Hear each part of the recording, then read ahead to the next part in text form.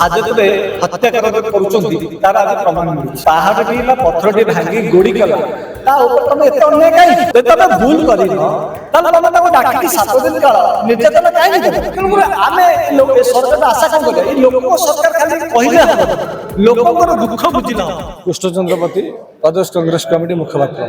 ଲୋକଙ୍କ ସରକାର ସରକାର କହୁଛନ୍ତି, ଆମେ ଲୋକଙ୍କ ସରକାର, କିନ୍ତୁ ନିରୀହ ଲୋକକୁ କେମିତି ହାଜତରେ ହତ୍ୟା କରୁଛନ୍ତି ତାର ଆଜି ପ୍ରମାଣ ମିଳିଛି।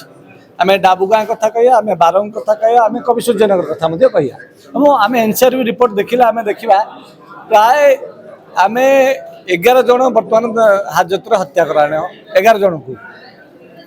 ଏବଂ ଯେତେବେଳେ ଆମେ ବ୍ରିଟିଶ ସମୟରେ ଆମେ ଶୁଣୁଥିଲେ ପଢ଼ୁଥିଲେ କେମିତି ଇଂରେଜ ପୋଲିସ ବା ବ୍ରିଟିଶ ପୋଲିସ କେମିତି ନିରୀହ ଲୋକଙ୍କୁ ହତ୍ୟା କରୁଥିଲେ, ଆଜି ମଧ୍ୟ ସେ ଅନୁରୂପ ଆମେ ଦେଖିବାକୁ ମିଳୁଛି। ଗୋଟେ ଗରିବ ଲୋକ ତା ପେଟ ପାଟଣା ପାଇଁକି ଯଦି ଗୋଟେ ପାହାଡ଼ଟି ବା ପଥରଟି ଭାଙ୍ଗି ଗୋଡ଼ି କଲା ତା ଉପରେ ତମେ ଏତେ ଅନ୍ୟାୟ କାହିଁକି?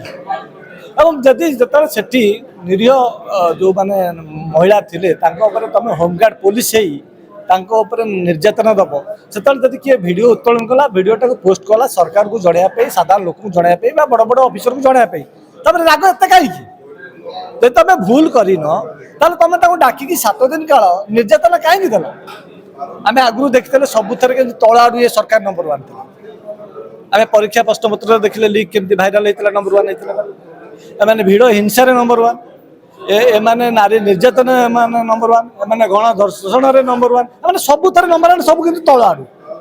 ଆଜି ମଧ୍ୟ ଦେଖିଲେ ହାଜତର ମୃତ୍ୟୁ ମଧ୍ୟ ନମ୍ବର 1 ଏବଂ ନିରୀହ ଲୋକଙ୍କୁ 3rd ଡିଗ୍ରୀ ଡବାରେ ବି ମଧ୍ୟ ନମ୍ବର 1। ତେଣୁକରି ଆମେ ଏ ସରକାରକୁ ଆଶା କଣ କରିବା? ଏଇ ଲୋକଙ୍କ ସରକାର ଖାଲି କହିଲେ ହବନି, ଲୋକଙ୍କର ଦୁଃଖ ବୁଝିଲେ ହବ, ଲୋକଙ୍କର ପ୍ରକୃତ ସମସ୍ୟା ବୁଝିଲେ ହବ। କିନ୍ତୁ ଏ କେବେ ସମସ୍ୟା ବୁଝିଲେନି। ଇଏ ଯେତେବେଳେ ତାଙ୍କ ବିରୋଧରେ ଯିଏ ପ୍ରଶ୍ନ ପଚାରିବ ତାକୁ ଏମାନେ ଆକ୍ରମଣ କରୁଛନ୍ତି। ବିଭିନ୍ନ ସମୟରେ ଆପଣ ଦେଖିବେ ସାମ୍ବାଦିକ ମାନେ ମଧ୍ୟ ଆକ୍ରମଣ ହେଇଛି। ମାଲକାନଗିରିରେ ଗତକାଲି ହେଇଛି। ଆଙ୍କୁ ଯିଏ ପ୍ରଶ୍ନ ପଚାରିବ ଏମାନେ କଣ ଆକ୍ରମଣ କରିବେ? ଇଏ ବ୍ୟବସ୍ଥା କଣ ଆମେ ଏଇ ବ୍ରିଟିଶ ଆଡକୁ ଆମେ ପଳାଉଛେ କି? ଗୃହମନ୍ତ୍ରୀ କଣ କରିଥିଲେ? ଯୋଉ ମୁଖ୍ୟ ଆରୋପି ଯୋଉମାନେ ଥିଲେ, କିନ୍ତୁ ସୁଶାନ୍ତ ସାହୁଙ୍କର ତ କିଛି ନଥିଲା। ସୁଶାନ୍ତ ସାହୁଙ୍କର ଏଥିରେ ଭୂମିକା କଣ ଥିଲା? ସେ କଣ ଫଟୋ ଭିଡ଼ିଓଟା ପୋଷ୍ଟ କରିଥିଲେ, ସାମ୍ବାଦିକ ମାନେ ମଧ୍ୟ ପୋଷ୍ଟ କରୁଛନ୍ତି। ତାହେଲେ କାଲି ସକାଳେ ସାମ୍ବାଦିକ ମାନଙ୍କୁ ମଧ୍ୟ ଆପଣ 3rd ଡିଗ୍ରୀରେ ଟର୍ଚର କରିବେ, ମାଲକାନଗିରି କଲା ଭଳିଆ ଓ ତାଙ୍କୁ ହତ୍ୟା କରିବେ? ତାହେଲେ ରାଜ୍ୟରେ କଣ ଚାଲିବ? ଏ ରାଜ୍ୟରେ ଗଣତନ୍ତ୍ର ଆଉ ନାହିଁ।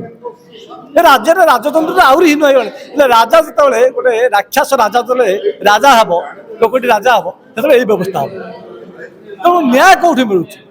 ମାଇନିଂ ଅଫିସର ଉପରେ କଣ କାର୍ଯ୍ୟାନୁଷ୍ଠାନ ନିଆହେଲା ମନୋହେନ୍ଦ୍ର ମୋ ଉପରେ? ଏବଂ ନୀତିଶ ମିଶ୍ରାଙ୍କ ଉପରେ କଣ IPS ଟ୍ରେନିଂ ଅଫିସରଙ୍କ ଉପରେ କଣ କାର୍ଯ୍ୟାନୁଷ୍ଠାନ ବଦଳି? ଇଏ କଣ ପ୍ରାଇଜ ପୋଷ୍ଟ? ଯିଏ ଲୋକଙ୍କ ଉପରେ ନିର୍ଯାତନା ଦେବ ତାକୁ କଣ ପ୍ରାଇଜ ଦେବେ ସରକାର? ତେଣୁ ଏ ସରକାରଠୁ କିଛି ଆଶା ନାହିଁ।